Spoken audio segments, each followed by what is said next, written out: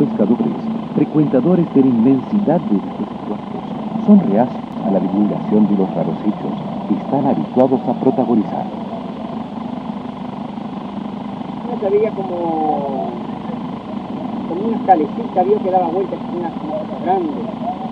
Subía una y la otra iba subiendo y después la trabajaba. Cuando uno repasa la historia, para no utilizar la palabra revisionismo, que para algunos es de mal gusto, advierte que no sabemos con exactitud lo que creemos saber o lo que nos transmitieron, tanto en el colegio como en la facultad.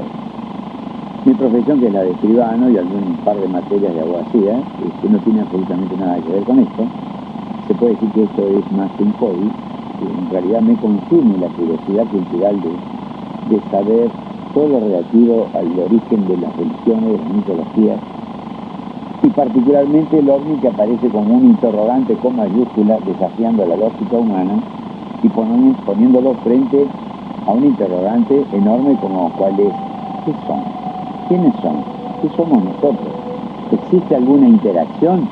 En ese caso, esa interacción entre eso y nosotros, ¿es simétrica? ¿Es asimétrica? ¿Cómo funciona eso? ¿Desde cuándo está? ¿Viene de algún lugar? ¿Va hacia otro lugar? ¿O siempre estuvo? Es casi paradójico cómo las luces, en términos generales, regulan la actividad humana. Con la caída del sol se aproximan las repentinas apariciones del fenómeno y el Cerro La Matanza se convierte, por ubicación y altura, en un punto estratégico para su observación. El fenómeno que se ve aquí en Victoria es en su gran mayoría lumínico. Tiene diferentes manifestaciones de todo tipo de color de luces, sobre todo resaltando el color naranja fuego. Pero lo que nos llama la atención es que si esto está manejado con una tecnología, evidentemente es muy superior a la nuestra porque es prácticamente no entendible para el ser humano. Después este tema se amplía en diferentes factores, dado de que se ven en diferentes lugares, sobre todo en el agua, en los campos, en el cielo. En Victoria este fenómeno se da de diferentes formas y diferentes maneras, pero hay una realidad: el fenómeno está ahí. Para la investigación es fundamental registrar en imágenes todo lo que allí suceda. Estos elementos son muy valiosos para la posterior evaluación y así poder discernir con detenimiento el comportamiento de estas luces u objetos. La cámara fotográfica logra captar secuencias de movimientos que a menudo escapan al ojo humano. A la vez, estos registros sirven para que más tarde otros investigadores puedan elaborar sus hipótesis. Al revelar el material, las sorpresas son muchas, puesto que generalmente aparecen en los fotogramas diversas figuras que describen trayectorias de difícil comprensión. En la gran variedad de fotos que hemos logrado trabajando noche tras noche, siguiendo el fenómeno, hay 4 fotos que tal vez son las que más me representan y me llaman mucho la atención. Principalmente es el recorrido, el movimiento que realiza este objeto. Segundo, las luces, los colores que ella me deja representado en la foto. El rojo, ese rojo naranja, el blanco y el amarillo. Los movimientos que en el momento de analizar con el grupo vemos que esto no lo realiza un avión. En esta fotografía se observa claramente el horizonte y por sobre él un objeto que viaja por el espacio aéreo con una trayectoria recta, hasta que de pronto, inexplicablemente, se desvanece en dirección al agua. Lo que me ha dibujado, lo que me dejó ese objeto es espectacular. Hay una foto que la tomamos de día, estaba poniéndose el sol, había un bañado, estábamos cerca, 1200 metros, 2000 metros, y no veíamos nada más que esa luz arriba del agua. Estábamos 6 personas, 7 personas, había unos binoculares muy importantes ahí, y lo único que observábamos era esa esferita de luz, nada más. Hay fotos que están representativas, se está poniendo el sol y la luz ya está prendida. Esa esa esfera luminosa ya está, porque veo el verde de los pastos, alcanzo a ver el reflejo del sol en el agua, y esa luz ya está, ya que comienza temprano. Muchas veces hemos tenido esa oportunidad de tomar esa evidencia. Hasta el momento, este material fotográfico no ha sido puesto en duda. Obviamente cuando vemos algo fuera de lo normal, le apuntamos con estos prismáticos que tienen 15 aumento y 100 de campo, lo cual implica que tiene un campo y una gran luminosidad. El hecho es que esto me permite a mí resolver imágenes estelares con absoluta nitidez y resolución. Sin embargo, ciertas luces que observamos en Victoria se resisten a ser vistas con nitidez y resolución. No me pregunten por qué. Algo hay en este componente físico que las hace borrosas o indiscernibles. Para salir de dudas, un buen día me compro un amplificador de luz residual nocturno. ¿Cómo trabaja? Con una imagen eléctrica. Es menos nítida la imagen que en un prismático común. Y no tiene más de 5 aumentos.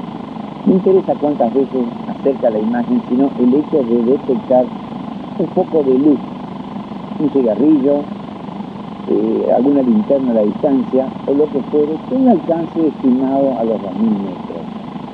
Fíjense, curiosamente, con estos amplificadores nocturnos, no vemos cierta clase de luces que se ven en el río en Victoria. Entonces la pregunta es, ¿cómo? Me compro 2 amplificadores para ver mejor cualquier foco de luz, y resulta que cuando veo con los normales una luz, con este no las veo.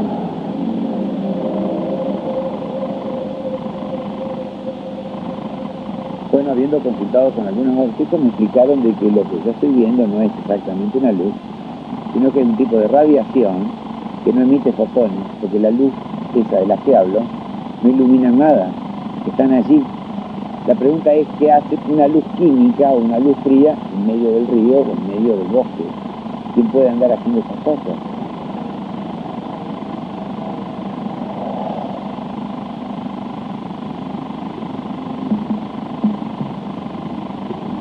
A pocos kilómetros de Victoria se extiende un gran espejo de agua conocido como Laguna del Pescado.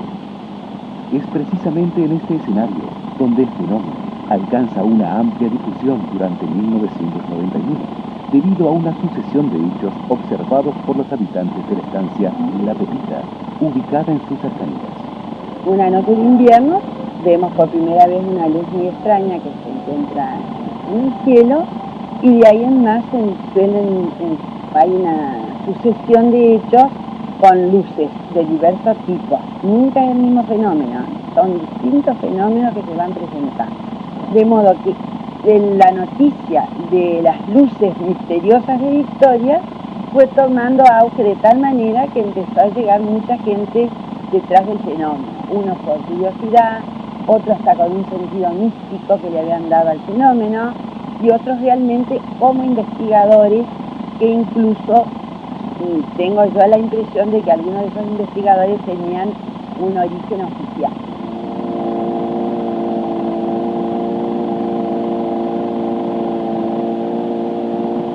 Infinidad de historias se tejen en torno a la Laguna del Pescado. Pero, ¿qué misterio real se oculta bajo sus turbias aguas? Un día emprendimos un viaje específicamente a Laguna del Pescado. Nos fuimos por el Riacho Bracisco, llegamos a un lugar denominado Las Tres Bocas y entramos por un canalcito a más o menos digamos al centro de la laguna. El día estaba muy calmo, no había viento, no había marea, no había nada.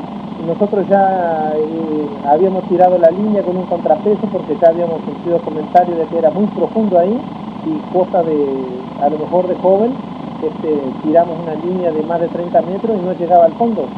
Bueno, le añadimos otra línea de un hermano mío, lo pienso más o menos de las mismas dimensiones, la quisimos fondear ahí y no llegaba al fondo, digamos, no descansaba la plomada. Bueno, entonces en ese momento fue donde empezó como a hervir el agua.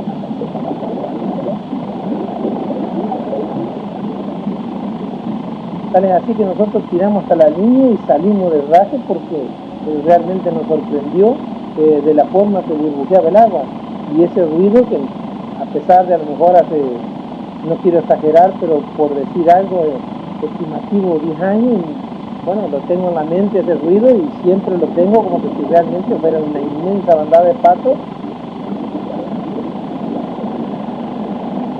El investigador rosarino Guillermo Aldunate es parte de la organización norteamericana Operación El Derecho de Saber, creada en los Estados Unidos durante los años 90 con la finalidad de promover la apertura de información por parte de los gobiernos del mundo hacia el esclarecimiento del tema OVNI. Sabemos que la CITEPA, que es un órgano oficial que depende de las Fuerzas Armadas, tanto de la Marina, del Ejército, como de la Fuerza Aérea y también la Gendarmería, tiene o tenía, entre comillas, eso, una división para investigar ovnis que estaba a cargo por entonces, en la década del 90, cuando empezó el caso Victoria, estaba a cargo del suboficial de la Marina Daniel Pericé, que hoy en día está retirado por enfermedad.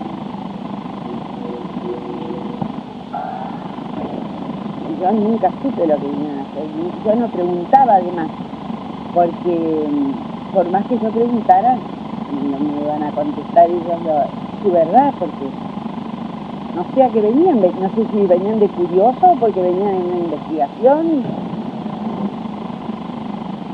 Nosotros queremos que el gobierno argentino, las Fuerzas Armadas de nuestro país, los estamentos religiosos, militares y gubernamentales tengan injerencia en los casos que están ocurriendo en Victoria, porque es importante para el mundo y tiene que ver mucho con el futuro del fenómeno OVNI, escuchen bien, con el futuro de la humanidad también.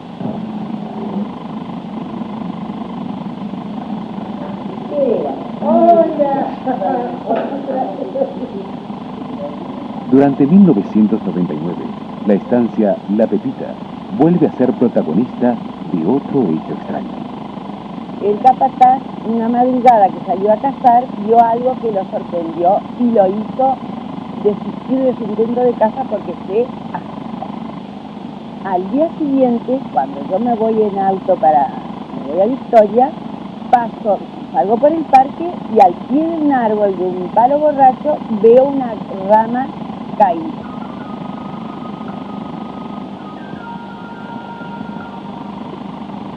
Resultó llamativo el hecho de que durante la noche no se había desatado ninguna tormenta, pero la extrañeza del caso sobrevino cuando Debbie, al levantar la rama, descubre que presentaba daños provocados por el impacto de algún objeto. La rama estaba como que le habían hecho así. Esto es un palo borracho. Sí, palo borracho. Y no se deshace así nomás, solamente que se seca la rama y esa rama está viva.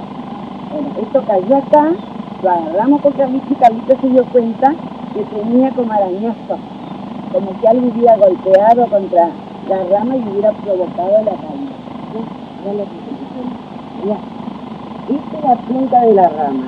Y acá están las marcas rarísimas de un objeto metálico que golpeó.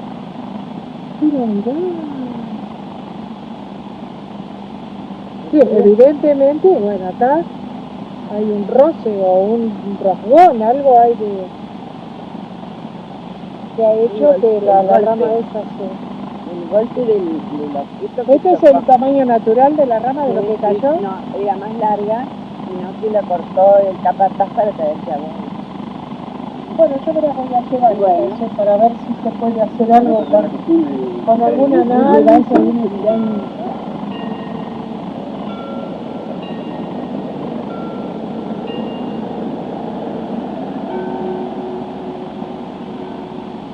Me encontraba con unos familiares, mis padres, mi hermano pescando en la zona de Laguna del Pescado, un lugar muy conocido acá de Isla, y aproximadamente cerca de la medianoche más o menos, que ya nos estábamos por acostar, estábamos todavía afuera preparando las cosas y en forma de entrevista sí se levantó desde atrás una nave que en el momento no nos dimos cuenta que podía hacer y pasó más o menos una distancia de 10 metros de altura, muy bajo porque recién se tomaba vuelo y pasó sobre nosotros, recorrió la laguna que tiene un trecho bastante grande y se perdió en dirección hacia las colinas que van hacia Gualeguay, la lomada que hay ahí.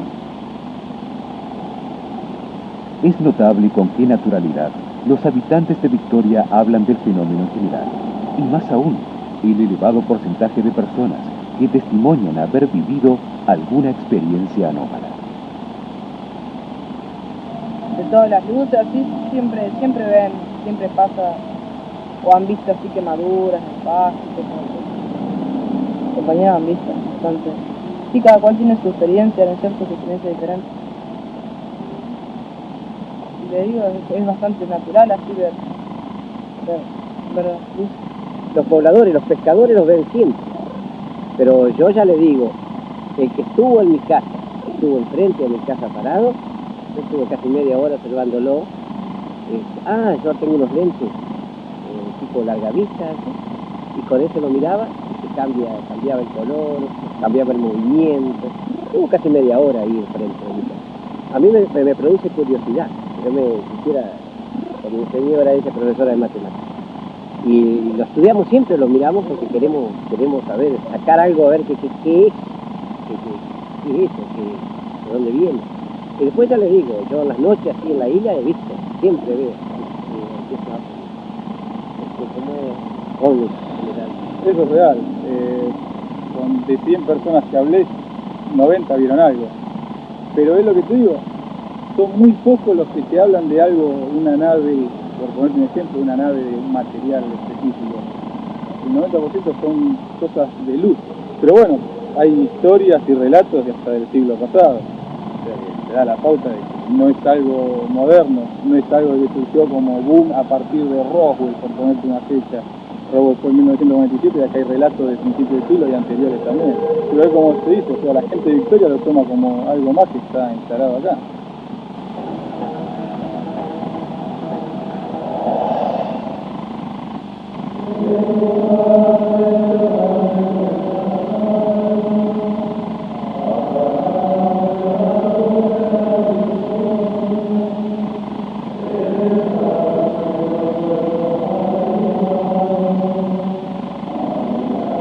Sobre el misterio de estas inexplicables luces, se suma un importante antecedente de principios de siglo, descrito en un libro por el padre Gregorio Spiazzi, monje benedictino de la Abadía del Niño Dios, la primera de Hispanoamérica, fundada hace unos 100 años. Amante de la pintura y de la historia, Eduardo Lorenzo, hijo de crianza espiritual de la Abadía, vivió momentos inolvidables junto al padre Spiazzi.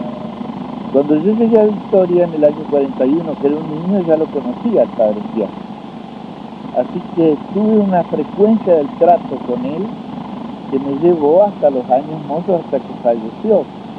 Puedo decir que era una eminencia. Tenía conocimientos profundos de griego, de latín, o sea, las bases de las lenguas madres.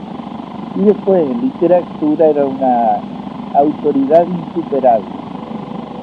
Era elemento de consulta por toda la gente de letras, de Victoria, de la provincia, incluso del país. Pero a la vez tenía una sensibilidad tan particular que como capellán de las islas llegó a vivir junto a esa gente y a captar las vivencias de la isla que estaban dadas por su paisaje, por sus luces, por sus sombras, por sus misterios, porque la isla tiene sus misterios. Dentro de su libro tiene un capítulo, Linterneando, que él habla de luces, y yo pienso que en aquel entonces no se hablaba del fenómeno ovni, pero existía esos fenómenos al cual no lo calificábamos, no le dábamos nombres, ni tampoco eran objeto de estudio por científicos, por gente aficionada al tema. El país de los Chajás, escrito en los años 50 por Martín del Bosco, seudónimo adoptado por el padre Spiazzi, fue el primer libro editado por un monje benedictino, rompiendo el silencio que en términos generales poseían los miembros de la abadía puertas afuera. En este refinado texto, Spiazzi describe con riguroso detalle la vida y costumbres de los pobladores griegos. En el capítulo Linterneando, el autor transcribe una historia que habla sobre algunas apariciones extrañas. Los protagonistas, Don Quelo, Tano, Severo y Don Helio, navegaban una noche por uno de los tantos arroyos del lugar. En esa oportunidad, iban a cazar gallarinas, desplazándose muy silenciosamente. Al culminar la tarea, la embarcación emprende el regreso con exitosa caza. Los barqueros, sentados en la borda, con el busto rudamente encorvado, han vuelto a concentrarse en un mutismo ríspido y sombrío. De pronto, Don Quelo señala sobre la costa un resplandor escarlata. Al quebrar una vuelta del arroyo, junto a un embalsado, la embarcación se detiene. Don Quelo clava verticalmente el cuchillo en el castillete de proa y observa, haciendo milla con la hoja en boca. La luz es viva, con temblores de cobre, redonda como un globo, y semeja que estuviera suspendida en el aire, a pocas varas del suelo. De súbito, la luz levántase en la noche, cual si alguien la soltara. Mantiénese así, quieta, unos instantes. Y luego, en vuelo velocísimo, recorre todo el contorno de la laguna, y llegando al punto de partida, sumérgese como un pantallazo en las aguas. Yo personalmente, en una oportunidad que lo acompañé, tuve la oportunidad de compartir una rueda de arrieros en torno al fuego en una noche de tormenta, donde para matar el tiempo ellos hablan de aparecidos y de cosas. Nosotros éramos un grupo de jóvenes que estábamos ahí, estábamos escuchándolos con una emoción, porque era para nosotros todo cosa nueva, y ya ellos hablaban de esas luces que se aparecían, y que no eran las luces malas que se ven en los campos, a las cuales nos tiene acostumbrada la literatura de nuestros campos, que se producen por tormentas de los animales, en fin, era otra cosa. Más adelante, Don Severo recuerda otro hecho similar que observó junto a otros 5 hombres antes de la creciente del 14. No se oía ruido de motor, ni batir de remos ni de palas, pero el globo rojizo coloreaba todo el río con reflejos sanguinolentos y encendía hasta muy lejos las grandes soledades de la noche. Más allá de toda interpretación, es sorprendente la similitud que existe entre estos relatos y los hechos que se narran en la actualidad. Y yo diría que no se trata solamente de algo que pasó, que tiene ciertamente un valor histórico porque refleja también una época, sino de una realidad que seguimos teniendo muy cerca en el espacio y en el tiempo.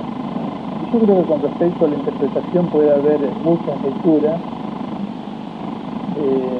Desde luego que cuando el padre Spiazzi escribió su libro, yo creo que precisamente ese capítulo o ese fenómeno, ese aspecto, no fue así como lo que más llamó la atención, lo que más impactó, sino que una serie de fenómenos posteriores llevaron como a atar cabos y a establecer una relación,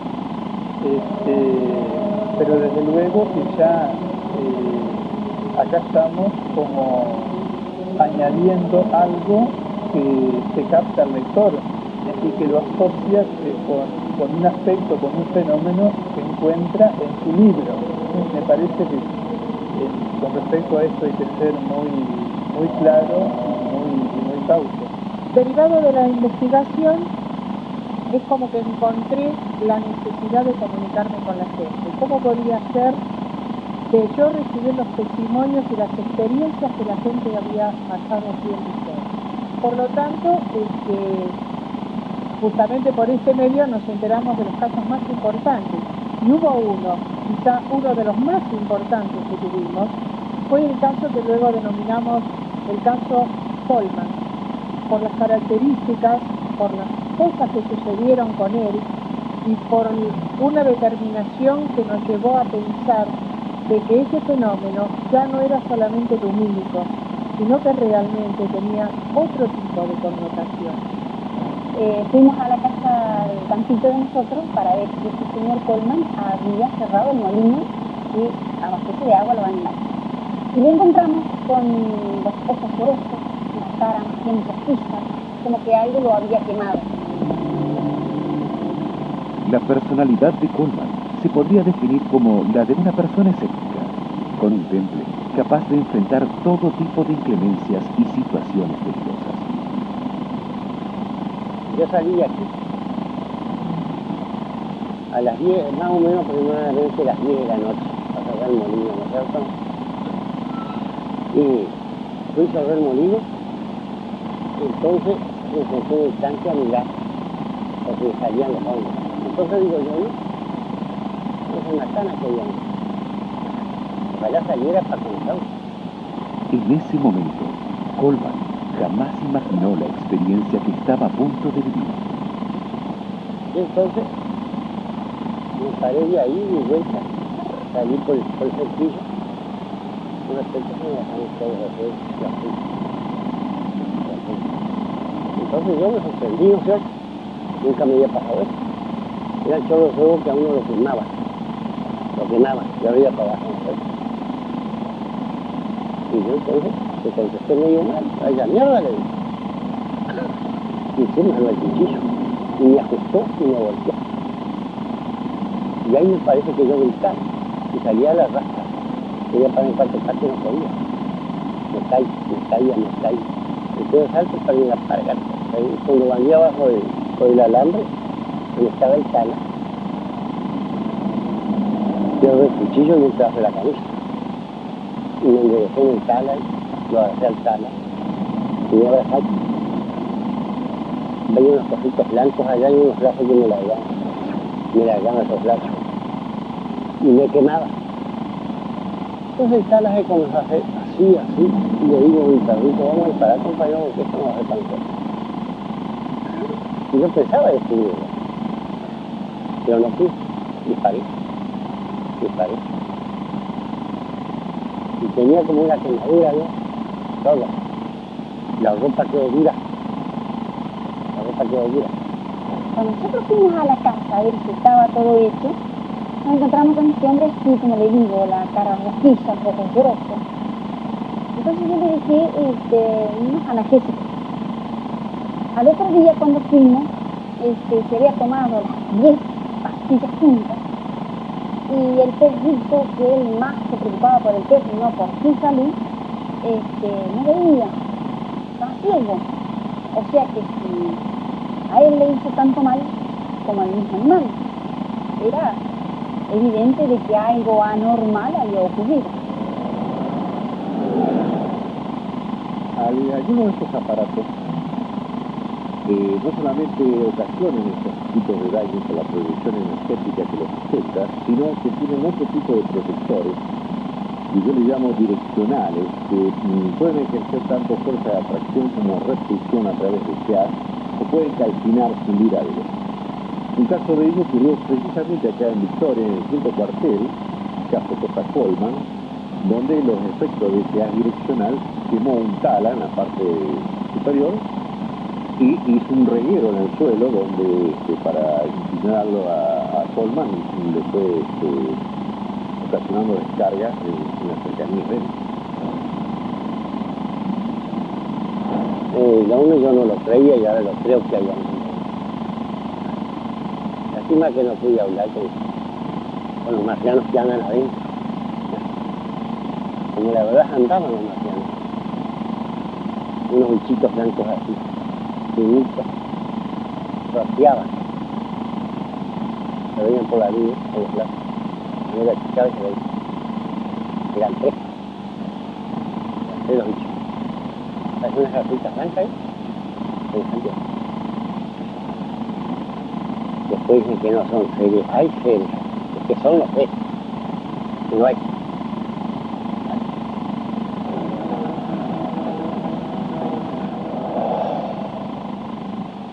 Hay muchas coincidencias en esta zona con este fenómeno, dado de que Coleman prácticamente le ocurrió algo similar a lo que yo les voy a relatar que nos ocurrió en una oportunidad. éramos, no sé cuántas personas, éramos varios, y en un momento determinado nos dimos cuenta que nos falta uno de los muchachos que estaba con nosotros.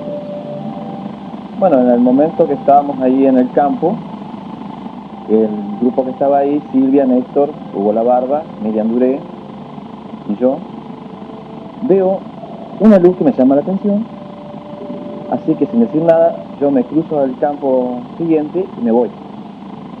Todo comienza cuando yo salgo a buscarlo a Pablo Puchet, que faltaba del grupo. Yo pensé que había pasado 15 minutos, media hora, más no. Pero pasó 1 hora, pasaron 2 horas y Pablo no aparecía. De golpe vemos a unos 100 metros de la posición donde nos encontrábamos una iluminación bastante importante y dijimos, debe ser Pablo, que seguramente llevó linterna y que ya está regresando. Nos pusimos contentos y fuimos al encuentro de Pablo. Llego hasta la punta de un arroyo, lo llamo, lo silbo, lo llamo por su nombre, no me contesta. Como no me contestaba y ya yo me había alejado mucho del grupo, me vuelvo. Cuando yo me vuelvo, a mitad de camino, yo observo una luz rara que me llama la atención. Esta luz a mí lo que me llamó la atención era de que venía recta. No me hacía zigzagueo como me hacen zigzagueo, por ejemplo, las del cielo. Me pongo debajo de un árbol para yo tal vez buscar un reparo. Cuando yo me paro, esta luz se para. Le pongo el ojo en el visor y bueno, que pase lo que pase, porque ya me llamó mucho la atención. Esta luz no saltaba y se supone que si era un auto, un tractor o lo que sea, tenía que venir saltando por los rieles, vamos a decir, rieles de la tierra, ¿sí?, que había en el campo. Esto tenía que venir a los saltos. Yo cuando esto me observa a mí, yo veo que era algo chiquito, con una capa dorada plateada, como un monje, vamos a decir, dorado plateado que no tocaba el piso. A partir del alejamiento de Pablo, el grupo se disgregó tras su búsqueda. De allí en más, cada uno vivió distintas experiencias. Hugo La Barba, desde su lugar, observó otro fenómeno singular. Entonces en ese momento me llamó la atención una luz, aunque pequeña, pero por su colorido, casi celeste, contra un alambrado. Cuando nos acercamos a ese lugar, nos vimos de frente con 3 figuritas lumínicas, muy chiquitas, muy finitas y muy blancas, pero de luz. Solamente alcanzamos ver de la cintura hacia abajo que era una figura humana muy pequeña, muy finita, y de la cintura hacia arriba era solamente luz, muchísima luz. Al estar más cerca de esas luces del resto del grupo, observo 3 siluetas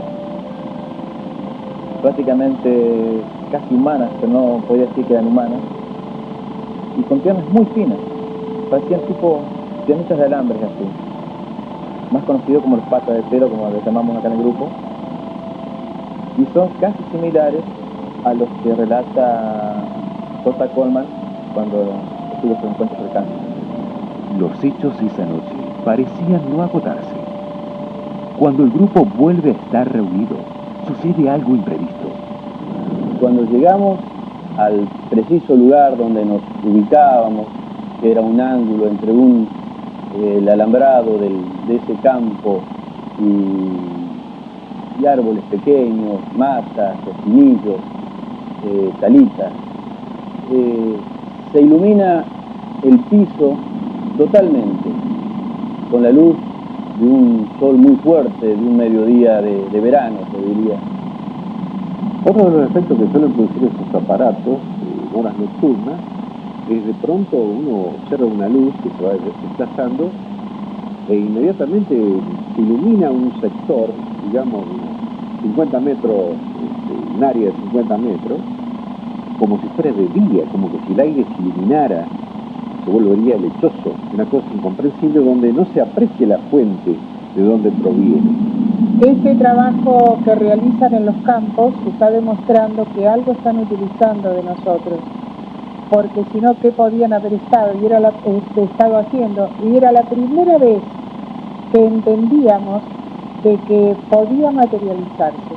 no era solamente una manifestación lumínica. Ahí había algo concreto, que era material, que tenía forma y que lo único lamentable es que no podíamos determinar si tenían rostro. El cúmulo de relatos y experiencias varían en todos sus aspectos. Entonces cabe preguntarse, ¿todos estos fenómenos pertenecen a un mismo origen o son simplemente hechos que no tienen relación alguna? En la mayoría de los casos lo que estamos observando son, en primer lugar, esferas, objetos esféricos, objetos que pueden tener un diámetro entre 1, 2 y 3 metros, de color amarillo o de color rojo, en la mayoría de los casos girando sobre sí mismos. También se han visto clásicos platillos, como se ha visto esto en la zona de, acá cerquita a Rosario, en la zona de Pueblo Ter, y también se han visto los famosos, conocidos con el nombre de ovnis triangulares. Se los ha visto sobre Victoria, se los ha visto sobre Rosario, sobre el norte de la provincia de Buenos Aires, que en realidad serían aviones experimentales de alguna potencia. Podemos identificar a los Estados Unidos que sobrevuelan nuestro territorio haciendo caso omiso a nuestra soberanía.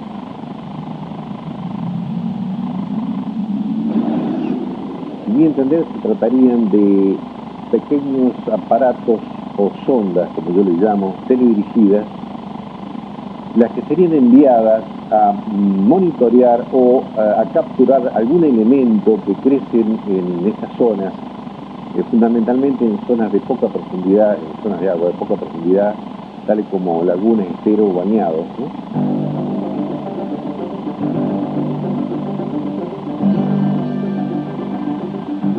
Después de largas noches de espera, el equipo logra registrar una secuencia desconcertante.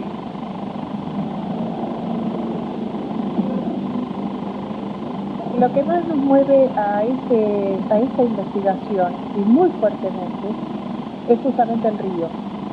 El río nos muestra un panorama totalmente diferente a lo que la gente cree sobre la fenomenología ovni.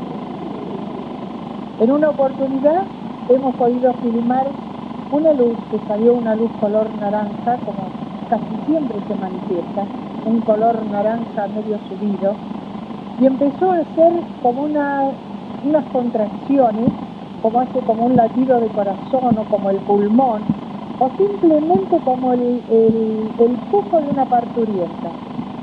Empezó a hacerlo así bastante más seguido y de pronto de esa luz sale otra como naciendo un bebé de eso, que fue agrandándose hasta quedar exactamente igual a la primera. Eso es algo inteligente que nos está mostrando su poderío, su tecnología, o vaya a saber con qué motivo es esta presentación. Pero el hecho es de que el río hay que empezar a tomarlo en cuenta, no mirar simplemente el agua como corre o como el viento la mece, sino que el río esconde algo que quizá muy pronto revelemos, y es exactamente lo mismo que también está pasando en Noruega. Lo que sí que, de acuerdo a mi conocimiento fundamentalmente de estas zonas, es totalmente descartable la posibilidad de que se trate de gases que escapan, digamos, de material orgánico en composición, que es un efecto producido por estos, como ya dije anteriormente, como de pescadores también, ¿no? Porque hay un comportamiento raro y a su vez inteligente. Eso descarta cualquier posibilidad de que sea algo natural o producido por el hombre.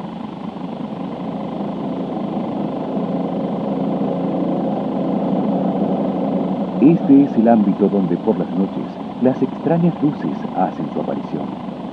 Pastizales, camalotes y la escasa tierra firme conforman una geografía poco habitable, limitando la actividad humana a casi solamente la pesca y la caza.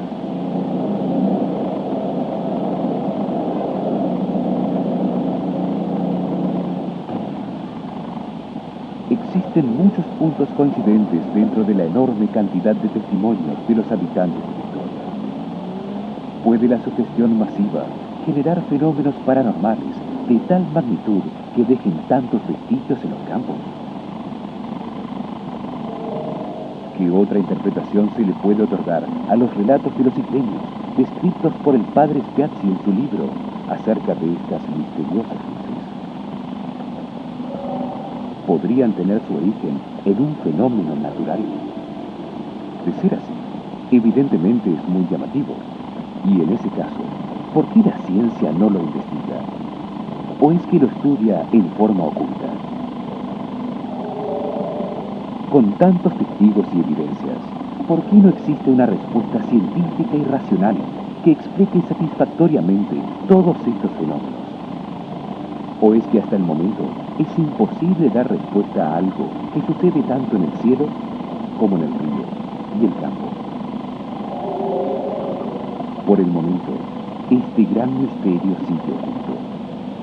Pero de algo se puede estar seguro. Las extrañas luces de Victoria existen y no son producto de ninguna actividad humana, al menos conocida.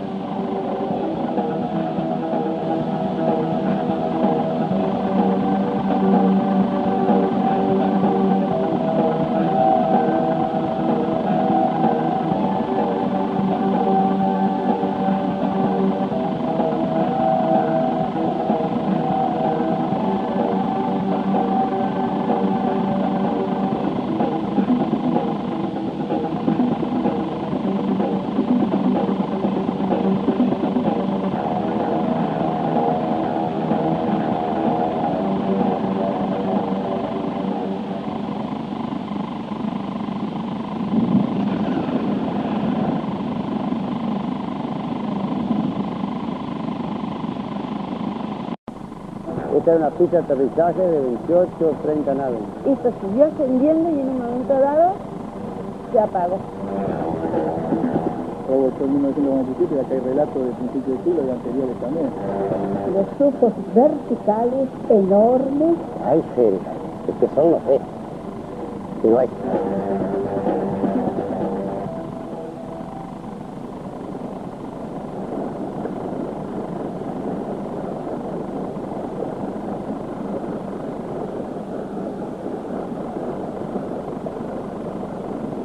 Victoria es una ciudad que cuenta con un departamento de islas muy grande, son 360.000 hectáreas de islas vírgenes, un delta realmente impresionante por su flora, su fauna y además porque en semejante inmensidad de islas y de campos no hay gente, muy poca gente, muy pocos habitantes, solamente aquellos que viven de la caza de la nutria y que viven de la pesca. Son lugares ideales por su naturaleza realmente virgen y bueno, por la belleza que encierra todo lo que es estar en un contacto directo con la naturaleza y además las noches que son algo realmente espectaculares por, digamos que uno se da la idea de que está más cerca de las estrellas, que está más cerca del cielo. Quizás por eso mismo sea uno de los lugares donde realmente existen los mejores y los más increíbles avistamientos de naves.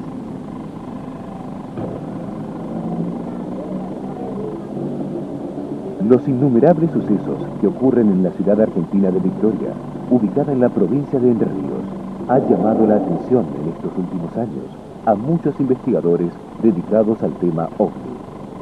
Uno de ellos, Silvia Pérez Simondini, decidió radicarse aquí en 1991 y formar un equipo de investigación cuya finalidad es develar el origen de los misteriosos eventos. Estas luces que aparecen por esta zona realmente son tan misteriosas que nos gustaría poder enterarnos de qué se trata esta tecnología que ellos utilizan. Es lumínica, por supuesto, pero ¿por qué el cambio de colores? ¿Por qué el cambio de formas? Es algo que realmente nos tiene bastante abstraídos porque no podemos determinar fehacientemente si lo que estamos viendo es lo que comúnmente se llama un plato volador, porque difieren las medidas. A veces son muy grandes, a veces son medianas, a veces muy pequeñas, a veces vienen en formación y nos dan la impresión de que fueran pequeñísimas esferas lumínicas que así como de un momento la vemos pequeña, en otro momento se hacen de una dimensión increíble y no podemos entenderlo. Por lo tanto, pensamos que es una energía que quizá la brinda la misma la naturaleza, nosotros no lo podemos saber, pero si podemos entender que la naturaleza nos brinda absolutamente todo, porque nos brinda todo a los seres humanos, seguramente en el espacio existe una energía que puede ser aprovechada por alguien que conoce de este tema y nosotros todavía no hemos llegado a él. Una de las primeras personas que comienza a observar el fenómeno en forma continua es Ricardo Guzmán, cuando se desempeñaba en 1985 como cuidador nocturno de un establecimiento local. Lo que sí yo he sacado en conclusión es de que por los testimonios que ha habido de muchos años atrás, que esto es ancestral, que prácticamente conviven con nosotros, o siempre han convivido. Y lo que saco en conclusión de lo que a mí me ha tocado vivir es que en este último tiempo se han manifestado más por alguna u otra cuestión de ellos. Estas cosas que se están sucediendo, para mí es como que tienen que suceder porque siempre supe que Victoria es especial. La pregunta es, ¿de qué naturaleza es el fenómeno que estamos viendo? ¿Y por qué en Victoria? ¿O por qué en proximidad de Victoria?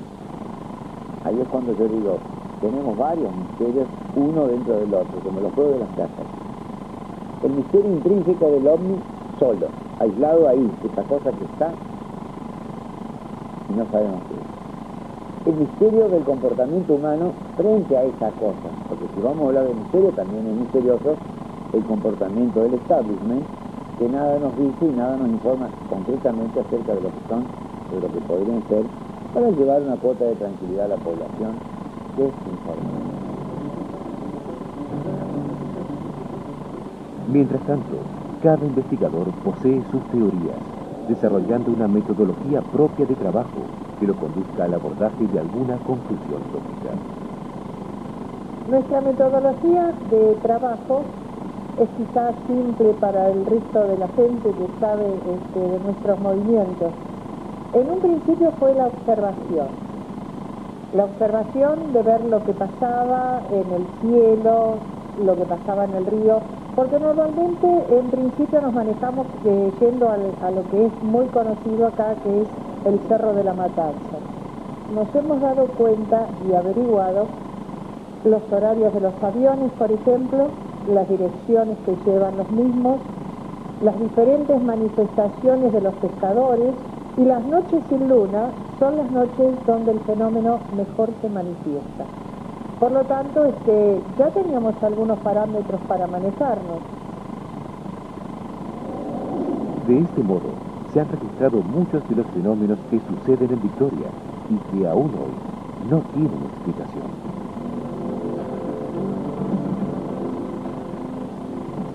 Otros investigadores se dedican únicamente a la observación, intentando descubrir qué se oculta tras estas luces y a la vez poder diferenciar claramente si tal manifestación es conocida o no. Esas son las incógnitas de que, aún utilizando instrumental convencional, hay luces que se resisten a ser identificadas. Estoy hablando de luces, ¿eh? Cuando un ovni aparece arriba nuestro, circular, perfecto, iluminando la ruta y los campos, sabemos que estamos viendo esto, un ovni, un objeto que está ahí arriba, no identificado, absolutamente increíble. Así de claro. Esas luces distantes son las que plantean la incógnita de saber qué estamos viendo, porque también se ven luces que parecen aviones y no son aviones. Aún vista con el prismático nos damos cuenta que no son aviones. Por el comportamiento, por su aspecto, por su forma de desplazarse. Y esas cosas las hemos visto claramente en Victoria. ¿Qué tenemos ahí, Néstor? Un vuelo. Ya, según esto, tenemos en Peterson un vuelo.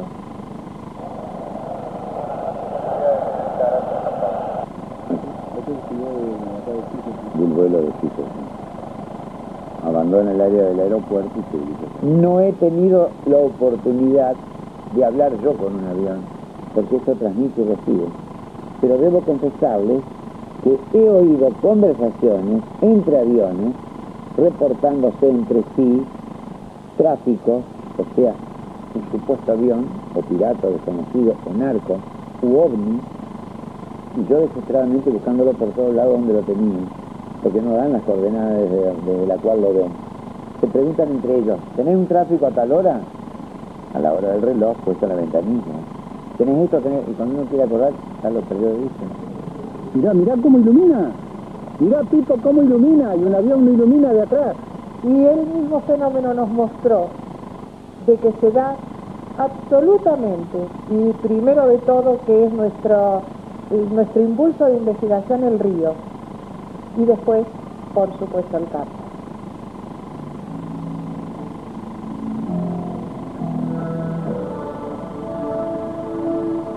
Benito Pasadores posee un campo con ganado en las cercanías de Victoria.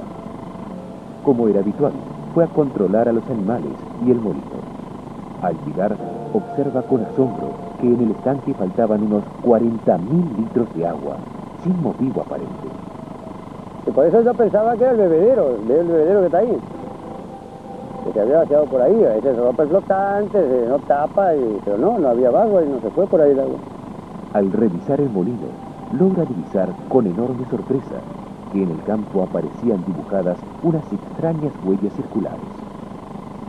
Y le digo, cuando entramos así, se me aturdió el caballo y vi un círculo, fue el primero que vi. 6 metros de diámetro, más o menos 50 centímetros. Seguía, encontré otro y otro y otro, lo dejé. Y después viene que creo que había 31. Esta era una pista de aterrizaje de 28, 30 naves. Pero sé que de qué parte venían, desde cuándo venían, Porque el círculo ese fue el último que estaba recién en el pasto quemado y después desaparecieron. Luces, andaba hablando acá, este campo, de esos años, así luces vi mucho. Luces que pasaban así, parece que te pierden, y andaba hablando en mi casa con la tía. Que no eran estrellas ni nada de eso, aparecían así. Fenómeno es. ¿De quién la hizo, los círculos? No sé. Algo existe.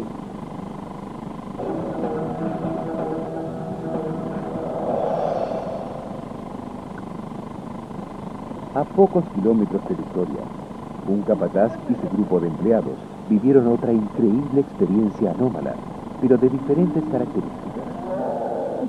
La importancia de este caso con respecto a la gran variedad de hechos ocurridos en Victoria surge a partir de las evidencias que permitieron realizar un análisis técnico por parte de un organismo oficial y la grabación en video obtenida poco tiempo después de ocurrido el evento. Bueno, eran como las 7 menos 20 de la mañana, cuando los muchachos estaban sacando leche ahí en el tambo y vieron una luz muy grande sobre aquel monte.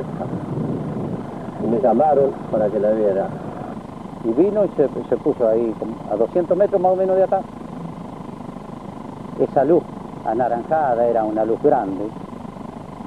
Y en ese momento se puso como un filo de luz finito, pero bien brisante, ya brisaba. Y bueno, pensamos que se iba a bajar alguien porque estaba oscuro. Y bueno, y de repente se sintió como un fogonazo, así que un estruendo, pero muy fuerte. Y una luz que se levantó para arriba. Cuando ya posiblemente se juntó con las estrellas, no sé. Pero a los pocos segundos quedó una luz chiquita, roja, y no la vimos más. Terminados los acontecimientos, Montero y sus compañeros se dirigieron al lugar de los hechos. Allí descubrieron que 2 de los alambres, el primero y el último de los que componían el cerco, estaban totalmente fundidos, sus postes rotos, y en los alrededores, 3 sectores de vegetación calcinada, en apariencia, producto de una potente descarga eléctrica como la de un rayo. No, un rayo no. Un rayo no se sabe de qué es totalmente distinto. Yo he visto caer rayos, pero el rayo cae, es un relámpago primero, después el ruido, y esto fue de abajo para arriba. Es totalmente distinto, nada que ver. gracias a la posibilidad que tuvimos mediante contactos con un organismo oficial, pudimos hacer análisis jamás obtenidos en la investigación OVNI, por lo menos en nuestro país.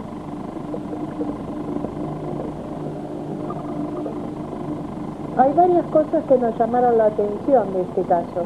Por ejemplo, que en el momento que se produjo esa tremenda quemazón que nos está determinando que fue superior a 4.200 grados de temperatura, como es conocida la energía microondas, que de eso también salió el análisis, lo raro, lo extraño fue que se quemó totalmente 3 metros en un radio, en una longitud de 15 metros, pero 3 metros fueron los que desaparecieron en el primer alambre.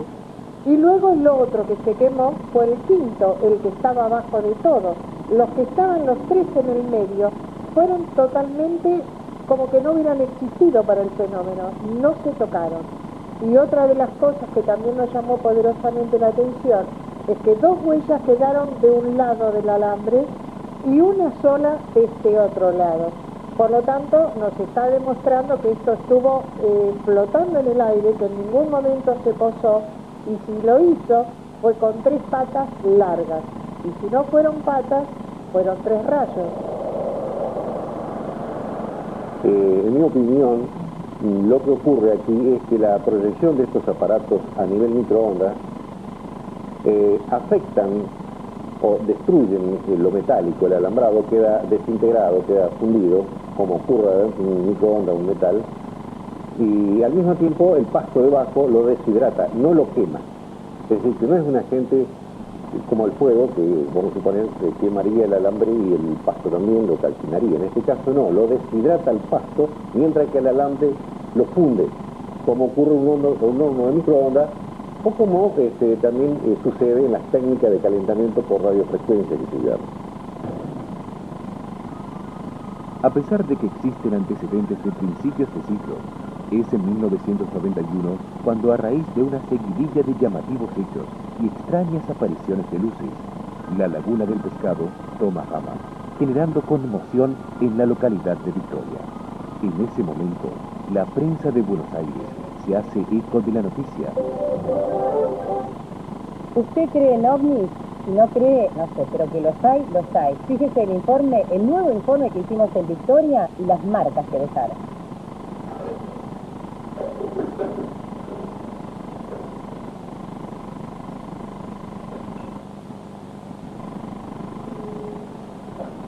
Durante un día de julio de 1991, Baby Basaldúa y su mucama Norma ven por primera vez una singular luz que se desplazaba en el cielo. En los días subsiguientes, la volvieron a observar en el mismo horario, pero con diferente trayectoria, por lo cual Baby decidió comentar el hecho a un periodista local. Fue así que a las 20:30 aproximadamente llegábamos, y en ese mismo momento el camarógrafo que me acompañaba, que iba con el dispositivo técnico disponible ya para comenzar a captar cualquier tipo de fenómenos, se ve sobresaltado cuando le pido que tome las primeras imágenes de lo que había ocurrido. A los 10 minutos que llega él con su camarógrafo, Norma, que estábamos en el parque mirando a ver si pasaba el tren inglés, me dice, señora, ya está la luz.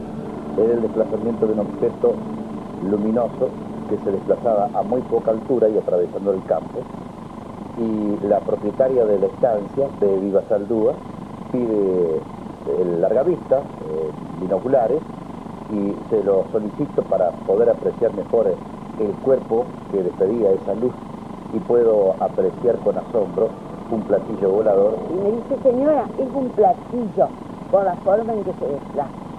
Bueno, esto siguió ascendiendo y en un momento dado se apagó, se desapareció como si le hubieran soplado. Quedamos todos desconcertados. ¿Dónde está esa luz? ¿Qué pasó? ¿A dónde fue? La sorpresa fue enorme.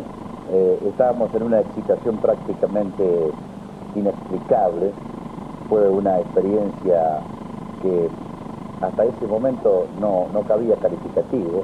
A mí se me erizó la piel, porque nosotros fuimos para captar luces malas, de las llamadas luces malas del campo, y nos encontramos con este fenómeno que a partir de ahí en más comenzó a verse en forma más continua y prácticamente lo que se calificó en algún momento prácticamente una invasión en Victoria. Y tan impresionó estábamos ahí, temblábamos todo, entre el frío que hacía y la emoción que teníamos.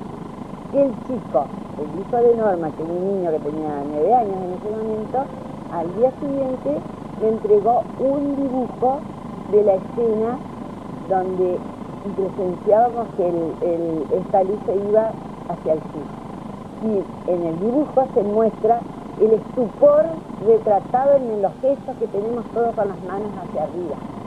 Muestra el estupor, la impresión de lo que estábamos.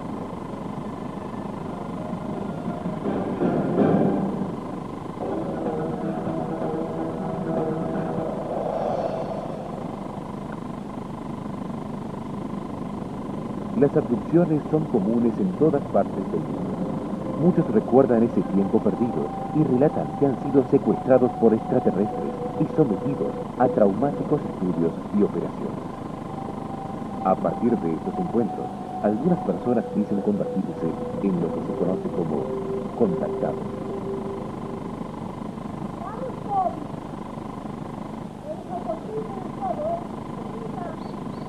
Carmela y Laura son 2 enfermeras españolas que transitaban una cómoda vida en Galicia. No conocíamos Argentina. Entonces, nos dicen que veníamos a Victoria, a un lugar llamado Victoria. La primera vez que fue a un lugar llamado Victoria, y ahí nosotros buscamos, vacaciones que tuvimos en el año 71, vinimos, recorrimos el país y buscábamos Victoria, buscamos mapas. A partir de un encuentro con un ovni en España, comienzan a recibir extraños mensajes. Es así que abandonan todos sus bienes para instalarse al otro lado del mundo. Su misión, cobijar a personas necesitadas.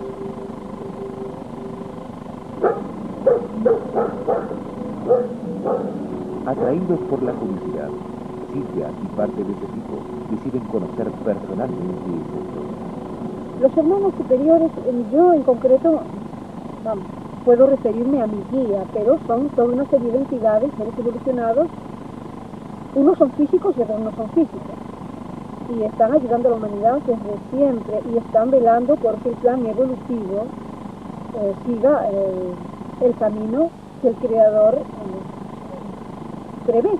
Ellos son sus ejecutores, como se dice así. Nosotros simplemente lo vemos más que coherente, lo vemos lógico, y por ahí, si no lo vemos lógico y preguntamos, nos aclaran las dudas que podemos tener. Y fue, de alguna manera, una especie, no digo mandato, pero sí una disposición que ya hacía tiempo habíamos mostrado de que no se usaran. Al transcurrir las horas, la conversación había generado un vínculo afectivo muy estrecho. Esa noche, al retirarse, vivirían un suceso tan especial que afianzaría aún más esta relación. Cuando nos despedimos de Carmela y Laura esta noche, lo primero que hago es llamo a Victoria, a mi madre, por el celular y le digo de que ya estábamos regresando a Victoria. Nos subimos al coche y tratábamos de hacer más o menos en 40 minutos la distancia que nos separa de Hernández a Victoria, que es un camino de tierra, pero más de 50 minutos no podíamos demorar.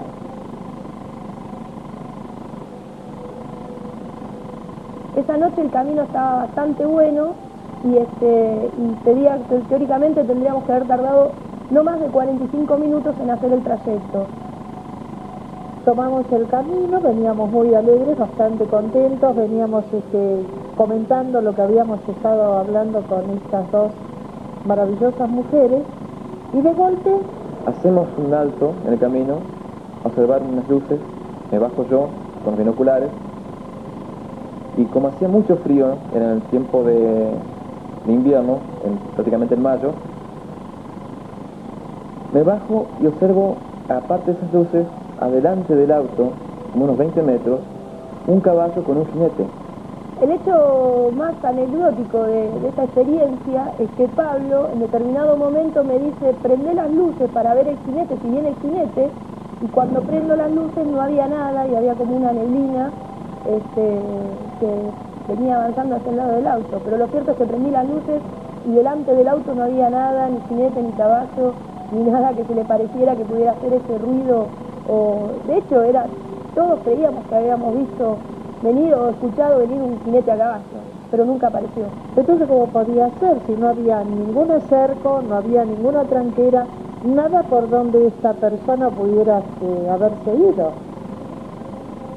Veníamos comentando que toda la parada que hicimos, cuando llegamos a Victoria, a mi casa, mi madre asombrada dice, ¿qué les pasó?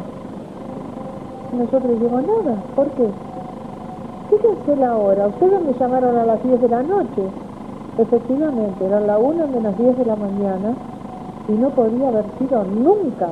Miré mi reloj, Andrea miró el suyo, Pablo miró el suyo, sí, eran la 1 menos 10 de la mañana.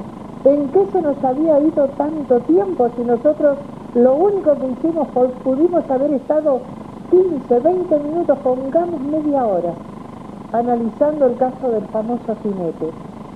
El hecho es de que nosotros perdimos mucho más de 2 horas y no habíamos llegado a Victoria. ¿A dónde se fueron estas 2 horas?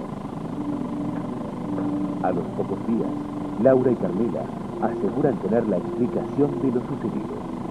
Sus guías espirituales les habrían comunicado que durante su viaje habían sido abducidos. Así que bueno, quedó como lo que muchos investigadores consideran como un missing time, y creo que nosotros esta noche fuimos parte de una experiencia de esas características. El cúmulo de relatos y experiencias varían en todos sus aspectos. Fue este año, no hace mucho tiempo, en circunstancias que estaba en la zona del hospital por una persona que había entrado fallecida, y ya esperando a los familiares, habrán sido entre las 2 y las 3 de la madrugada, estaba en la esquina del hospital, yo me acuerdo, y cayó algo como un cilindro verde así, pero a pocas cuadras, 4 cuadras más o menos, y a donde hay casa de familia. Y yo pensé que iban a llamar, que iba a pasar algo, que la familia se hubiese asustado o comentar algo, y sin embargo no pasó nada. Y lo vi caer y llegó, pero donde estaba una casa de familia, por ejemplo, no sé qué casa de familia, porque ya le digo, habrán sido 3 o 4 cuadras donde cayó, pero se vio clarito porque el hospital está en una altura, por ejemplo, y yo paraba en la esquina, viste, muy claro caer una especie de cilindro verde, así, por decirlo de una forma. Estábamos adentro de la carpa y se escuchaba ruido, como que algo rozase la carpa o la. Y bueno, yo cada vez que se sentía ese roce en la carpa, yo le pegaba a la carpa y se escuchaba que algo corría entre los tuyos y al rato volvía y lo volvía a tocar. Salir no podíamos salir porque en el lugar donde estaba la carpa, primero que no teníamos la luz y segundo que había una picada muy alta, tendría 1,60 m, 1,70 m, y como no había luz era casi seguro que iba hasta caer al agua. Y bueno, después de un rato de hacer ruidos y que siguió, me di vuelta y miré en la carpa y fue una fracción de segundos que vi algo que me diría 1,10 m, 1 metro más o menos, muy chico, de contextura chica, y bueno, la parte que tendría que ser la cabeza, que tendría que ser algo normal, algo redondo, era algo triangular. ¿Salió una nave? Sí, a lo que diga, la nave. Le guste o no le guste a quien sea, le diga la nave, pero era algo que era totalmente transparente. O sea, no era una cosa que había. Yo vivo en un barrio de departamentos y esto pasó por encima del barrio de departamentos. Y yo miraba y lo veía, moviéndose muy lentamente, y parecía que a través de ellos se siguieran viendo las estrellas. Eso era lo que me llamaba la atención, y aparte era una cosa sumamente inmensa. Con tantos testigos y evidencias, ¿por qué no existe una respuesta científica y racional que explique satisfactoriamente todos estos fenómenos? ¿Qué es lo que estamos viendo? Estamos viendo exactamente fenómenos naturales, fenómenos físicos, atmosféricos, meteorológicos, fenómenos espaciales infrecuentes o poco conocidos. o estamos buscando, entre comillas, naves ocupadas por seres inteligentes? Y a la hora de contestar no sabemos exactamente qué es lo que nos impulsa a buscar estas cosas. Algo sí nos dice que ese tipo de fenómenos tiene un comportamiento que parece inteligente. Porque yo no conozco aerolitos que sigan a los autos. Yo no conozco un aerolito que se detenga de golpe. No sé de satélites que se salgan al encuentro, frenen, retrocedan y continúen marchando. Yo no sé de un sol que venga desde el horizonte a una velocidad espantosa y se frene de golpe, iluminando todo el lugar como si fuese de día, y vas a girar la cabeza para buscarlo de nuevo y ya no está más. La fenomenología ovni o lumínica de Victoria pareciera carecer de un patrón determinado. La gran concentración de fenómenos extraños se focaliza principalmente dentro de un triángulo imaginario trazado sobre este gran delta. Quiere decir que este triángulo en realidad está, se podría decir, constituido en la fenomenología ovni por Victoria, Rosario y San Nicolás o Varadero. Pero en realidad esos son epicentros del fenómeno ovni, ya que es el centro de actividad por observación por mayor cantidad de habitantes y demás. Sobre este triángulo también actúan efectos que no necesariamente están relacionados en sí con el fenómeno ovni, es decir, con la luz, con esa esfera vista. Por ejemplo, hay un caso muy particular que a mí me atrae mucho por el nivel de personas que lo relatan y en el momento en que sale, fue mucho tiempo después de que sucedió y en una cena de amigos.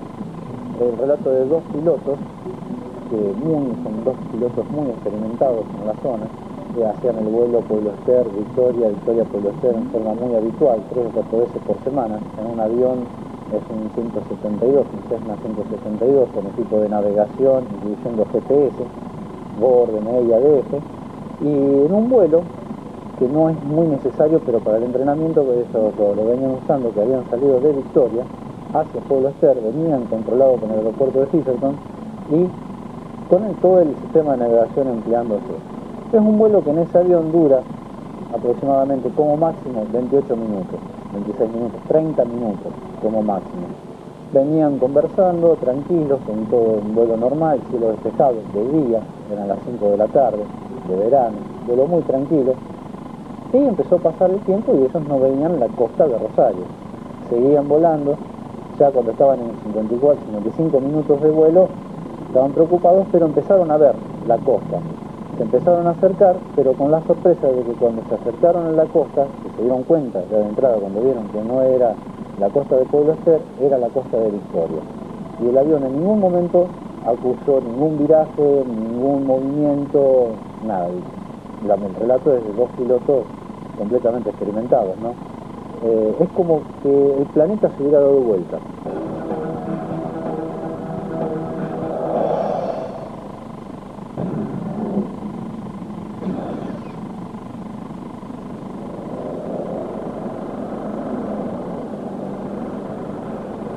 El fenómeno se enmascara mutuamente entre la población, pero lo importante de esto no es solamente ver a la luz, ver el ovni, el objeto volador no identificado, no sé qué es, pero que nadie puede confirmar en la actualidad qué es eso. Pero lo importante de esto es saber qué está haciendo en esta zona, por qué interactúa con el hombre acá en esta zona. Gauna y Aldunati estudian el fenómeno ovni desde la ciudad de Rosario, ubicada en la costa occidental del Gran Río Paraná. Ellos investigan principalmente las causas que producen dicho fenómeno y su interrelación con el hombre. Nosotros en 6 o 7 viajes que hemos hecho a Victoria, y que esa concomitancia la podemos ver también en este lado de la provincia de Santa Fe, sobre todo en la zona que va desde Rosario hacia San Nicolás, donde están las famosas empresas multinacionales, donde el fenómeno también se manifiesta en ese lugar, Punta Alvear, Pueblo Ester, Villa Gobernador Galvez, donde hay fenómenos, donde hay una interrelación entre los testigos, la gente que habita en ese lugar y el fenómeno ovni. Han ocurrido muchas cosas, muchos elementos que nos llevan a nosotros a pensar que hay una especie de relación, quizás, ¿por qué no?, una manipulación del fenómeno hacia ciertos seres humanos que están ubicados en este sector. Hay muchos casos de abducciones, muchos casos de contacto físico en la zona de Pueblo Ester hacia Arroyo Seco. Hay muchos pescadores de la zona que manifiestan inclusive contactos un poco traumáticos con estos objetos voladores no identificados, es decir, en vuelos muy rasantes, en forma de asustar mucho, inclusive algunos hasta con desapariciones. Y creo que hay una interacción entre el fenómeno investigador, como la hay con el fenómeno, con cualquier ciudadano que tiene en el momento una experiencia. La diferencia entre el ciudadano común, que tiene una experiencia, y el investigador, es que el investigador encima la busca. Durante la rutina de observación y en el afán de descubrir los secretos de esta fenomenología, una noche experimentaron un acontecimiento inquietante. Decidimos ir al Cerro de la Virgen. Es un cerro, bueno, ahora es diferente, pero en ese momento había una pequeña ermita con una virgencita y era un espacio bastante reducido donde no se podía maniobrar demasiado con un vehículo. Decidimos llegarnos ahí para observar el río desde ese sitio. La noche estaba muy fría, una noche de invierno, tremenda. A medida que íbamos llegando, nosotros, en el caso mío, podría jurar de que no había nadie en el cerro. Solamente se veían los dos arbolitos que allí estaban y no había nada, ni personas, ni vehículos, solamente nosotros que íbamos llegando. Recuerdo que cuando llegamos al Cerro de la Virgen, me estacioné, yo iba manejando, me estacioné mirando a la costanera. Recuerdo que empezamos a observar con los binoculares, como siempre, los binoculares los tenía yo, y estaba observando todo el horizonte que me hacía pensar de que había tormenta sobre Rosario, y también a los pocos minutos, no sé precisar cuántos minutos, pero no pasó mucho tiempo, siento que alguien comenta del auto de atrás. Veo un auto. Digo, ¿cómo puede ser que detrás de nuestro coche haya un auto si cuando recién subimos no había absolutamente nadie? Nosotros estábamos mirando el río y el otro coche mirando hacia la parte de atrás, al baúl de nuestro vehículo, a escasos 1,5 metros, no más. Nos dimos vuelta todos juntos, miramos, y nos llama la atención, era nuestro mismo coche el que estaba atrás del nuestro. ¿Cómo se entiende eso? No lo sé. Ninguno de nosotros pudimos discernir de qué se trató esto. La única diferencia que había entre un auto y el otro era que ese auto desconocido no tenía patente, pero eran similar color, oscuro, toda la característica del auto que nosotros nos movilizábamos, a excepción de que no tenía patente. Empiezo a mirar por dentro del auto y hasta el mismo tapizado tenía, no se observa movimiento de personas. Pensábamos en bajarnos, en tocarlos, porque adentro con los binoculares que estábamos observando no había absolutamente nadie. Ricardo Guzmán abre la puerta para bajarse. Yo di media vuelta por atrás del baúl, no me quise aproximar porque sentía resquemor o miedo, no sé cómo llamarle, algo sobre lo desconocido. Habida cuenta de que yo ya tenía una vasta experiencia en esto. Se metió muy rápidamente otra vez al vehículo y yo por primera vez les puedo asegurar que sentí miedo, porque era como que me estaba avisando que eso era algo sobrenatural, no era algo normal, sobre todo por la forma en que apareció. Bueno, después de todo eso nos quedamos bastante conmocionados con ese miedo interno que uno a veces no sabe cómo explicar por una experiencia rara, y al poco tiempo nos empezamos a quedar como adormecidos todos. Fue en ese momento que sentí como una soñolencia y me dormí. Y en una de esas yo me quedé dormida. Al lado mío estaba Ricardo Guzmán, se quedó dormida. Estaba Andreita, se quedó dormida. Y después aparentemente mi hija se quedó dormida también. Miro el reloj de que recién es la 1 de la mañana y ya están dormidos. ¿En qué momento? No sé. Lo que sí les puedo, pero absolutamente me pasó, perdí la conciencia, indudablemente me quedé dormida yo también. No sé el tiempo que ha pasado, en una de esas yo me desperté y le dije a Silvia, le digo, Silvia, está todo oscuro, qué negro está todo. Yo me despierto, me dice, está todo negro.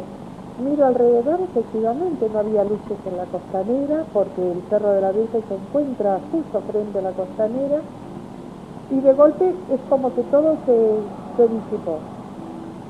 Otra vez estaban las luces normales, estaba todo bien, se empezaron a despertar todos. ¿Qué hicimos primero? Mirar el auto. No estaba. El auto no estaba. Yo realmente me sentía raro dentro de mí porque es una experiencia inolvidable.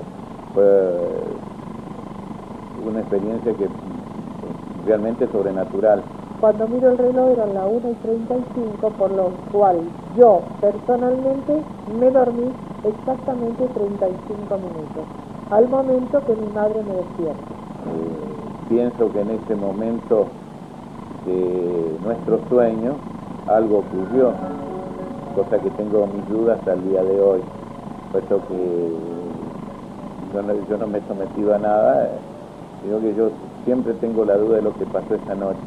Sé fehacientemente que ningún auto hubiera podido entrar ahí si yo no hubiera movido el mío, más allá de que hubiera querido intentarlo por otro acceso, era imposible porque era todo acantilado, el camino de atrás estaba roto, era imposible que entrara hasta una máquina siquiera, así que era imposible que un auto estuviera ahí si yo no hubiera movido el mío. Yo el mío no lo moví y después, así como apareció, desapareció, y esa experiencia no la voy a olvidar nunca. ¿Existe una interrelación entre estas personas y el fenómeno? ¿O la continua búsqueda de respuestas los conduce al terreno de la sugestión? Sobre todo los investigadores de campo están más expuestos a el contacto con el fenómeno. De hecho, la instancia de ir a buscar el fenómeno estadísticamente te acerca más a tener experiencias o encuentros con el fenómeno mismo. No es hora ya de que oficialmente la OASI o algún organismo internacional con autoridad e imperio legislativo sobre el resto de las naciones se ocupe del tema de estos fenómenos anómalos. Yo creo que ya el establishment no puede ocultar el fenómeno. Ya no podemos tapar el sol con un dedo. Media humanidad está loca porque ve cosas y la otra humanidad se acuerda porque no las ve. Yo creo que en esto hay que evitar como dos extremos. Un extremo sería el de un total escepticismo. Casi que uno ya de entrada, sí, a priori, emite como un juicio descartando, rechazando totalmente todo lo que puede ser un fenómeno que vaya más allá de lo, digamos, de lo natural o de lo que consideramos como más normal o que se pueda explicar desde un punto de vista científico o lo observable. Y por otro lado, a veces el otro extremo estaría en una actitud que se caracteriza por no solo creer en todo, así acríticamente, sino que a veces como que se busca, ¿no es cierto? Y de algún modo hasta se puede proyectar algo que está en uno, y en esto sabemos que se produce muy fácilmente la llamada psicosis colectiva, se da como un contagio.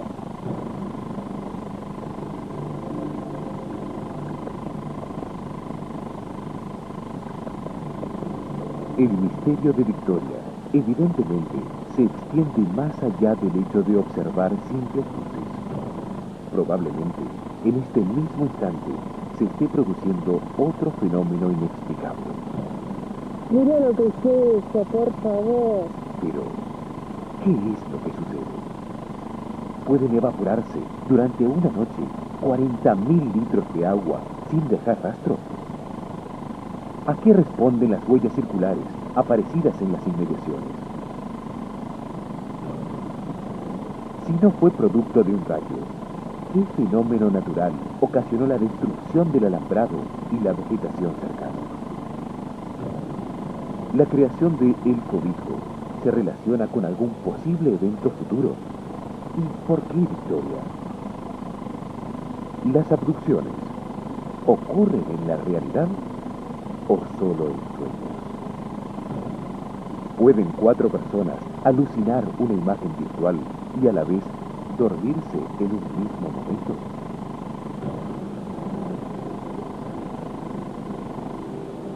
De todos estos relatos y sucesos se desprenden diversas conjeturas.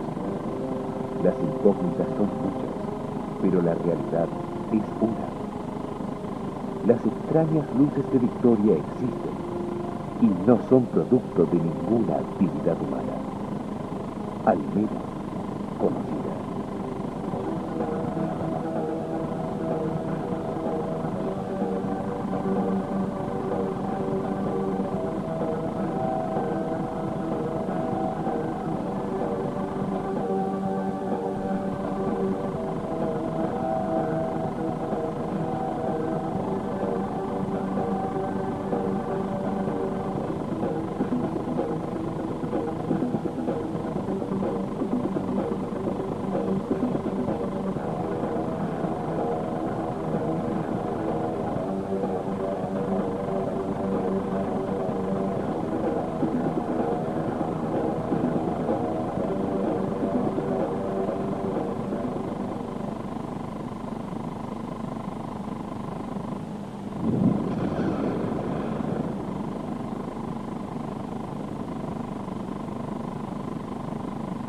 Para salir de dudas, un buen día me compro un amplificador de luz residual nocturno.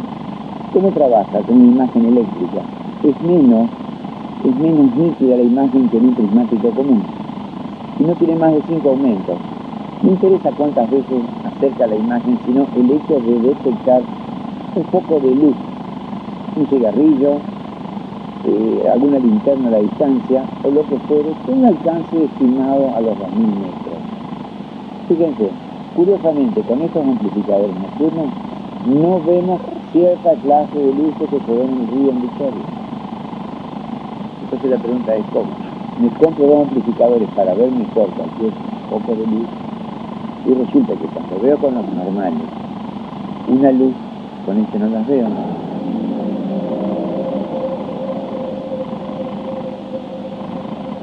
Bueno, habiendo consultado con algunos ópticos, me explicaron de que lo que yo estoy viendo no es exactamente una luz, sino que es un tipo de radiación que no emite fotones, porque la luz esa de la que hablo no ilumina nada, están allí. La pregunta es, ¿qué hace una luz química o una luz fría en medio del río o en medio del bosque? ¿Quién puede andar haciendo esas cosas?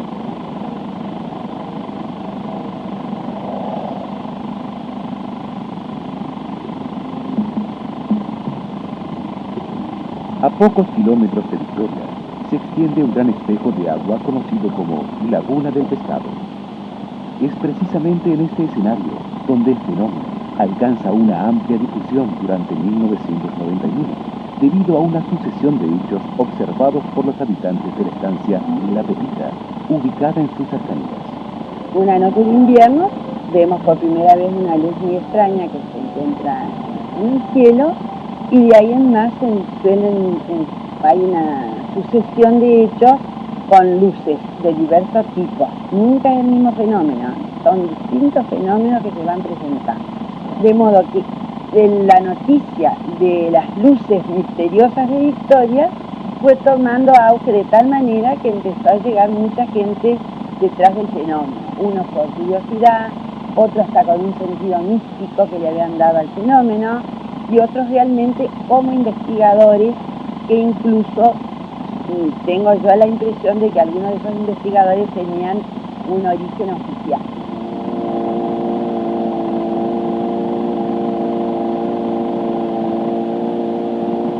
Infinidad de historias se tejen en torno a la Laguna del Pescado. Pero, ¿qué misterio real se oculta bajo sus turbias aguas? Un día emprendimos un viaje específicamente a... Pescadores, frecuentadores de la inmensidad de estos puertos, son reacios a la divulgación de los raros hechos están habituados a protagonizar. Uno se veía como una calecita, vio que daba vueltas, una cosa grande. Subía una y la otra iba subiendo y después la trabajaba. Cuando uno repasa la historia, para no utilizar la palabra revisionismo, que para algunos es de mal gusto, advierte que no sabemos con exactitud lo que creemos saber o lo que nos transmitieron, tanto en el colegio como en las facultades. Mi profesión, que es la de escribano y algún par de materias de abogacía, que no tiene absolutamente nada que ver con esto, se puede decir que esto es más que un hobby, que en realidad me consume la curiosidad cultural de saber todo lo relativo al origen de las religiones, de las mitologías, y particularmente el ovni, que aparece como un interrogante con mayúsculas desafiando la lógica humana y poniéndolo frente a un interrogante enorme como cuál es: ¿qué son? ¿Quiénes son? ¿Qué somos nosotros? ¿Existe alguna interacción? En ese caso, esa interacción entre eso y nosotros, ¿es simétrica? ¿Es asimétrica? ¿Cómo funciona eso? ¿Desde cuándo está? ¿Viene de algún lugar? ¿Va hacia otro lugar? ¿O siempre estuvo? Es casi paradójico cómo las luces, en términos generales, regulan la actividad humana. Con la caída del sol se aproximan las repentinas apariciones del fenómeno y el Cerro La Matanza se convierte, por ubicación y altura, en un punto estratégico para su observación. El fenómeno que se ve aquí en Victoria es en su gran mayoría lumínico. Tiene diferentes manifestaciones de todo tipo de color de luces, sobre todo resaltando el color naranja fuego. Pero lo que nos llama la atención es si esto está manejado con una tecnología, evidentemente es muy superior a la nuestra porque es prácticamente no entendible para el ser humano. Después este tema se amplía en diferentes factores, dado de que se ven en diferentes lugares, sobre todo en el agua, en los campos, en el cielo. En Victoria este fenómeno se da de diferentes formas y diferentes maneras, pero hay una realidad: el fenómeno está ahí. Para la investigación es fundamental registrar en imágenes todo lo que aquí suceda. Estos elementos son muy valiosos para la posterior evaluación y así poder discernir con detenimiento el comportamiento de estas luces u objetos. La cámara fotográfica logra captar secuencias de movimientos que a menudo escapan al ojo humano. A la vez, estos registros sirven para que más tarde otros investigadores puedan elaborar sus hipótesis. Al revelar el material, las sorpresas son muchas, puesto que generalmente aparecen en los fotogramas diversas figuras que describen trayectorias de difícil comprensión.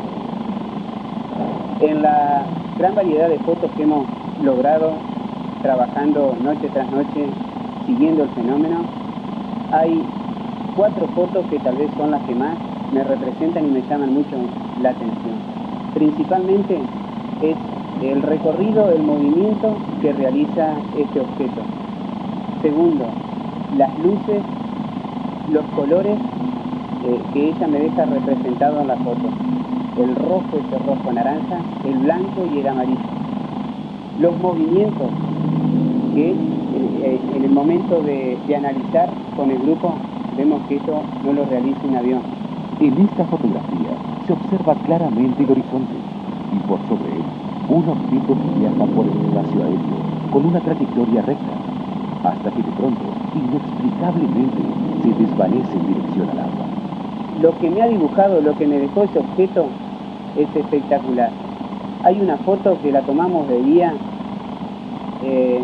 estaba poniéndose el sol, había un bañado, estábamos cerca, 1200 metros, 2000 metros, y no veíamos nada más que esa luz arriba del agua. Estábamos 6 personas, 7 personas, había unos binoculares muy importantes ahí, y lo único que observábamos era esa esferita de luz, nada más. Hay fotos que están representativas, se está poniendo el sol y la luz ya está prendida.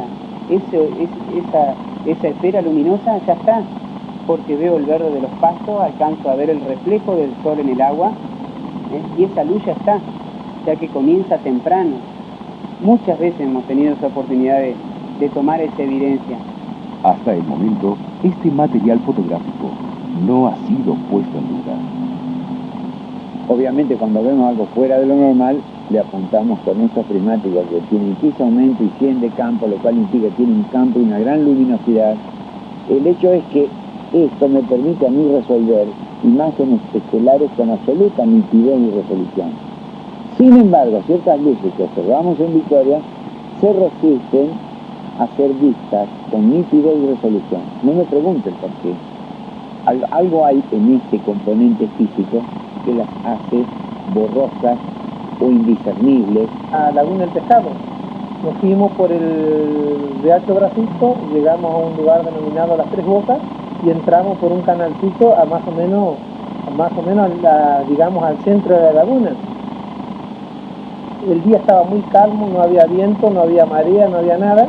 Y nosotros ya habíamos tirado la línea con un contrapeso porque ya habíamos sentido comentarios de que era muy profundo ahí y cosa de, a lo mejor de joven, tiramos una línea de más de 30 metros y no llegaba al fondo. Bueno, le añadimos otra línea de un hermano mío, 200 más o menos de las mismas dimensiones, la hicimos fondear ahí y no llegaba al fondo, digamos, no descansaba la plomada. Bueno, entonces en ese momento fue donde empezó como a hervir el agua.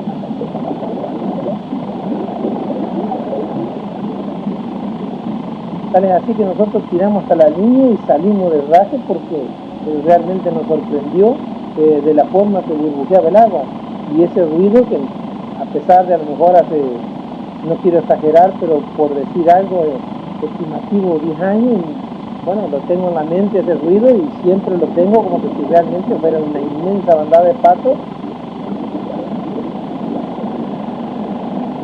El investigador rosarino Guillermo Aldunate es parte de la organización norteamericana Operación El Derecho de Saber, creada en los Estados Unidos durante los años 90 con la finalidad de promover la apertura de información por parte de los gobiernos del mundo hacia el esclarecimiento del tema OVNI. Sabemos que la CITEPA, que es un órgano oficial que depende de las Fuerzas Armadas, tanto de la Marina, del Ejército, como de la Fuerza Aérea y también la Gendarmería, tiene o tenía, entre comillas, eso, una división para investigar ovnis que estaba a cargo por entonces, en la década del 90, cuando empezó el caso Victoria, estaba a cargo del suboficial de la Marina Daniel Pericé, que hoy en día está retirado por enfermedad. Yo nunca supe lo que venían a hacer, yo no preguntaba además, porque por más que yo preguntara, no me iban a contestar ellos su verdad, porque no sé a qué venían, no sé si venían de curioso o porque venían en una investigación. Nosotros queremos que el gobierno argentino, las Fuerzas Armadas de nuestro país, los estamentos religiosos, militares y gubernamentales tengan injerencia en los casos que están ocurriendo en Victoria, porque es importante para el mundo y tiene que ver mucho con el futuro del fenómeno OVNI, escuchen bien, con el futuro de la humanidad también.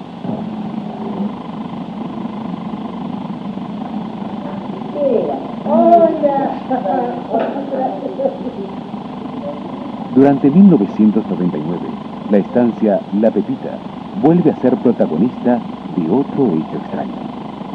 El capataz, una madrugada que salió a cazar, vio algo que lo sorprendió y lo hizo desistir de su intento de caza porque se asustó. Al día siguiente, cuando yo me voy en auto me voy a Victoria, salgo por el parque y al pie de un árbol de un palo borracho veo una rama caída.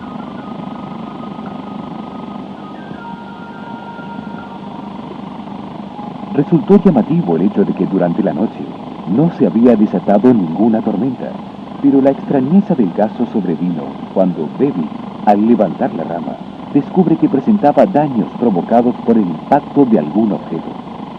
La rama estaba como que le habían hecho así. Esto es un palo borracho. Sí, palo borracho. Y no se deshace así nomás, solamente que se seca la rama y esa rama está viva. Bueno, esto cayó acá, lo agarramos con Carlito y Carlito se dio cuenta que tenía como arañazo, como que algo hubiera golpeado contra la rama y hubiera provocado la caída. ¿Ya lo que ya. Esta es la punta de la rama. Y acá están las marcas rarísimas de un objeto metálico que golpeó.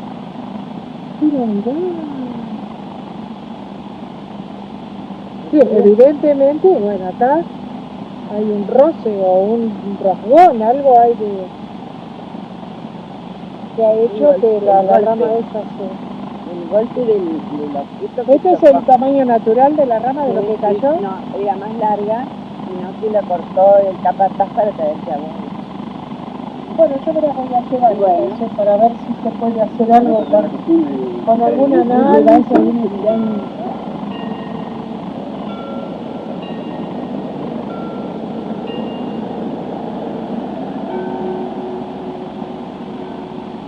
Me encontraba con unos familiares, mis padres, mi hermano pescando en la zona de Laguna del Pescado, un lugar muy conocido acá de Isla, y aproximadamente cerca de la medianoche más o menos, que ya nos estábamos por acostar, estábamos todavía fuera preparando las cosas y en forma de entrevista sí se levantó desde atrás una nave que en el momento no nos dimos cuenta que podía hacer y pasó más o menos a una distancia de 10 metros de altura, muy bajo porque recién se tomaba vuelo y pasó sobre nosotros, recorrió la laguna que tiene un trecho bastante grande y se perdió en dirección hacia las colinas.